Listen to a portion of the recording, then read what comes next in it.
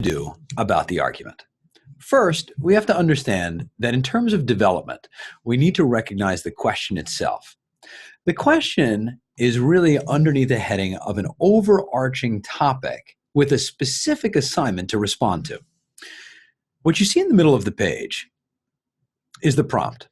This prompt appears in a box on the instructions. What it has here is an introduction to an idea. Here we start discussing the concepts of charity and altruism, and whether or not we do these things for purely selfish or unselfish reasons. Often students are believing that the question is posed as a debate of the prompt. That's not what we're talking about. That's not what we should be doing. The prompt is to get you thinking about an assignment, but the assignment itself comes right underneath the prompt. In this case, are people always motivated by selfish desires? This sort of a question stymies students because often it's a big picture existential question. When we talk about things like that, it's difficult at the age of 16 or 17 or 18 to offer a really compelling answer. Why? Because honestly, how much have you really experienced? That's often why students are overwhelmed. At the same time, because of the way we're going to approach the question, we have a couple of key tips that's going to make their lives easier. Before we take a look at those tips, however, I do want to highlight what it says here at the end. Support your position with reasoning and examples taken from your reading, studies, experience, or observations. This is extremely important. If we don't actually take more than one example to prove our point, we're going to come up short. Students often ask us about the length of an essay. There was a study that came out at the very beginning of the new SAT when they introduced the essay in 2005 by an MIT professor who said that quantity equaled a higher grade. This professor was really confusing correlation with causation. It is true that essays that are longer tend to get higher grades, but that's because you start with a 0 and build yourself up to the perfect score of a 6. You can't write a very compelling argument choosing examples throughout history or literature or personal experience and expect to prove your point with one really strong sentence. The reason I highlight the examples is because you need 2 examples to write an effective argument in the 25 minutes. So it's not that it's a requirement, but you can't get as many points if you just try to write one single example. That length that we normally advise students is that with 2 examples, an intro and a conclusion, they should be able to get past the 1.5 page measurement of the 2 pages that are available for them to write on. Remember, you can't go past the second page, so you only have 2 pages to write. If you have an intro, 2 examples, and a conclusion, you should be able to go past the 1.5 pages. Now, what are our tips to come up with a good plan of action, a good attack? Choose your examples before you go into the test. When we talk about choosing your examples before you go into the exam, we want you to choose the 2 best examples out of 5 examples you go in knowing about. Because I want 2 for the essay, but I want students to be flexible enough to have a couple of examples to choose from, I want them thinking about 5 right now. Any good instructor should be preparing their students by saying, I don't need you to memorize the entire history of the world, but I do need you to know a couple of things well. Often we hear from teachers that isn't this somehow a disservice to the students to have them go in prepared? Well, if teaching them things that they should know about, for instance, the Civil War or World War II or the American Revolution or Dr. King or Gandhi or the invention of the automobile or Shakespeare or the Scarlet Letter, sure, if teaching those things is bad teaching and that somehow we're doing them a disservice by saying know something before you go into the test, then I'm guilty. But I'm going to assume that as any good instructor at the high school level should really take upon him or herself, it's our job to make sure that students don't just apply things, but they also know things too. So choosing a couple of examples to know something about is only to make their lives easier. It's important that students understand that coming up with examples before they go into the test not only will make them feel more comfortable on test day, knowing that they're going in prepared, but they will write faster. There have been countless studies which point to the fact that students or adults who have to make up ideas on the spot, i.e. lie, actually take more time to formulate those thoughts than those who are recounting facts or the truth.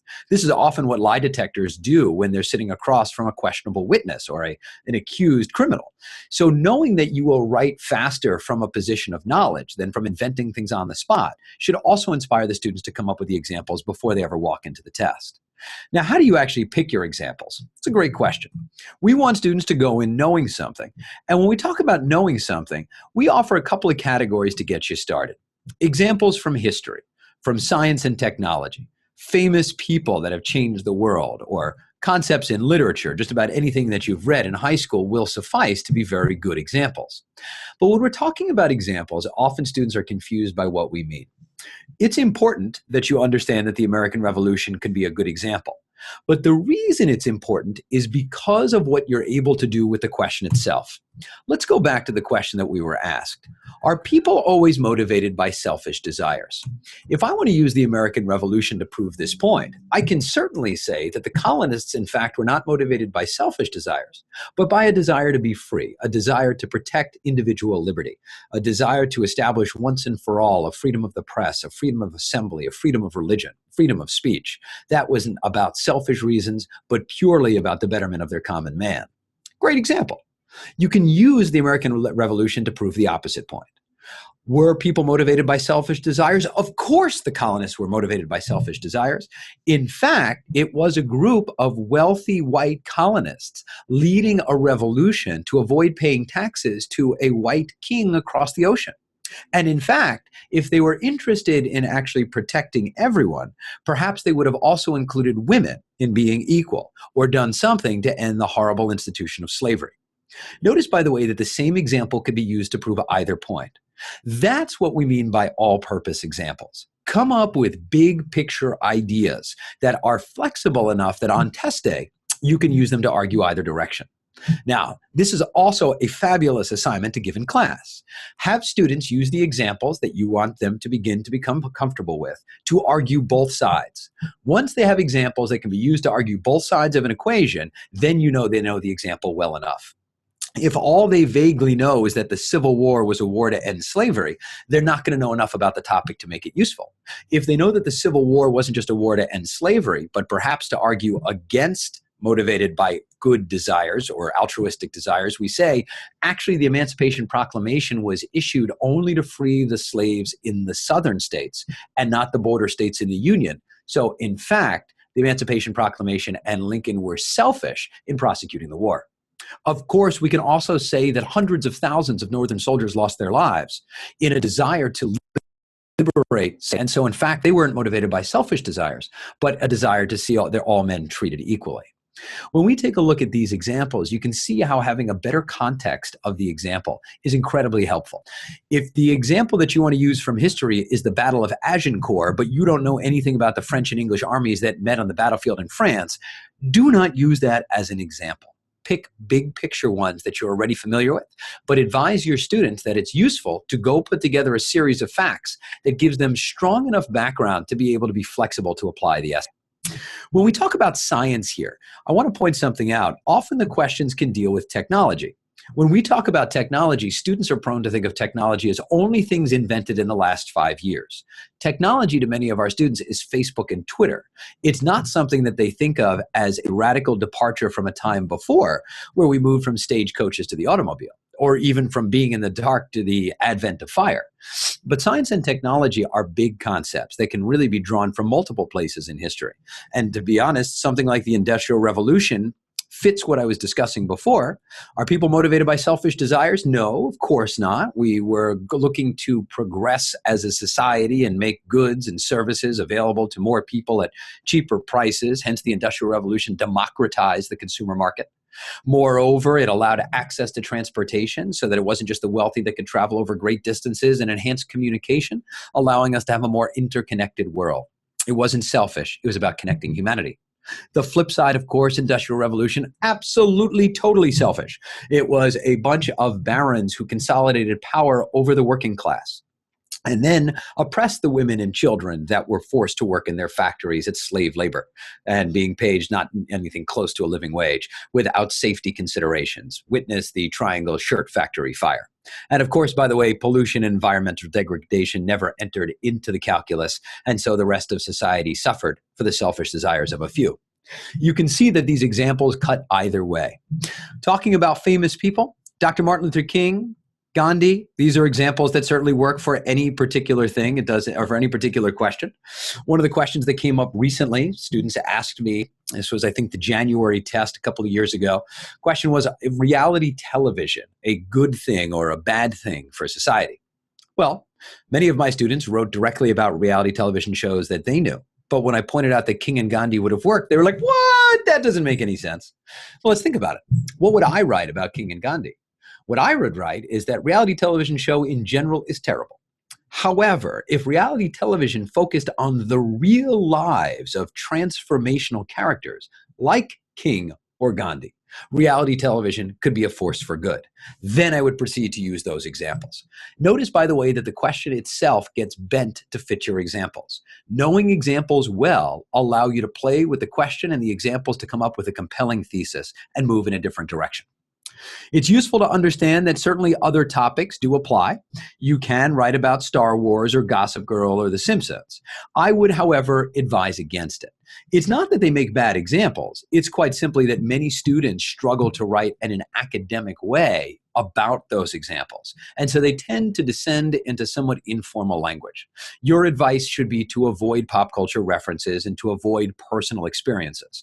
Why? Again, it's not that they're bad. It's just that in general, students don't do a great job with it. So in my mind, stay away from those. That said, an interesting class assignment could be, let's start off by coming up with a historical example, argue both sides. Let's take an example from science and technology, argue both sides. Pick a famous person, argue both sides.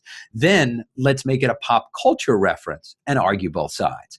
As long as you've provided a strong foundation for the value of academic argument, going into another direction shouldn't be a problem.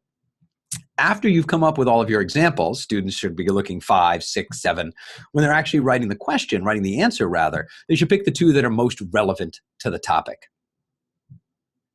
When we talk about how to make these examples accessible to the reader, by the way, it is important that you give details. Just saying that Martin Luther King Jr. proves my point is not going to be good enough. Because we're selecting our examples in advance, you should prepare your examples and know something about them, including actually having some details.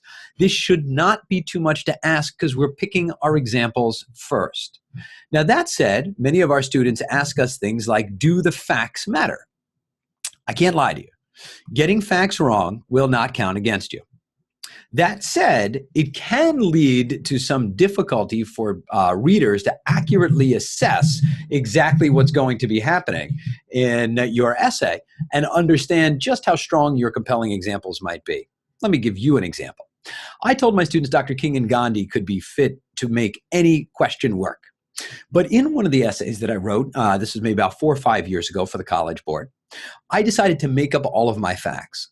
I said that Dr. Martin Luther King was born in Paris, France. And upon reading about the racist bus laws of New Jersey, he decided to cross the ocean and lead a march on Minneapolis, Minnesota.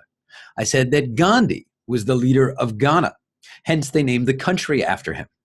I made up all of my facts, but constructed a perfect essay in response to the question, marshaling what were details in support of my thesis.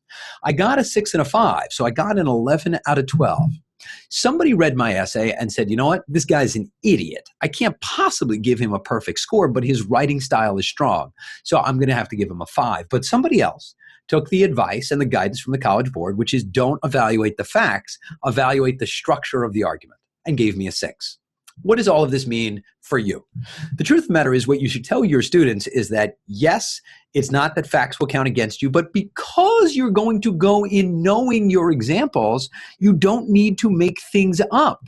It's completely reasonable for you to have details at your fingertips because you're going to know your example. It's much more compelling to have real proof. That said, if you can't remember if Dr. King was active in the 40s, 50s, 60s, 70s, or 80s, say in the middle of the 20th century, if you can't remember where Gandhi actually got thrown off the train and first witnessed the idea of discrimination, call it somewhere traveling on a train. You don't need the detail, perhaps, of being in South Africa to understand that running into an issue and facing discrimination still has some validity. So, getting the facts wrong or being a little bit fuzzy is okay. You still need to be specific. The lack of specificity is what will hurt you. When you're choosing your examples, it's also important that you decide not to write down the middle, but to pick the side that best fits your examples. Oftentimes, students decide that they're going to pick the side first and then realize that they don't have the strong examples to actually marshal in support of their thesis. I would encourage them before they begin that they should absolutely be writing an outline so that they can pick the examples that fit best, that are going to wind up working most concretely to support their examples, so that they have the best opportunity to prove their point.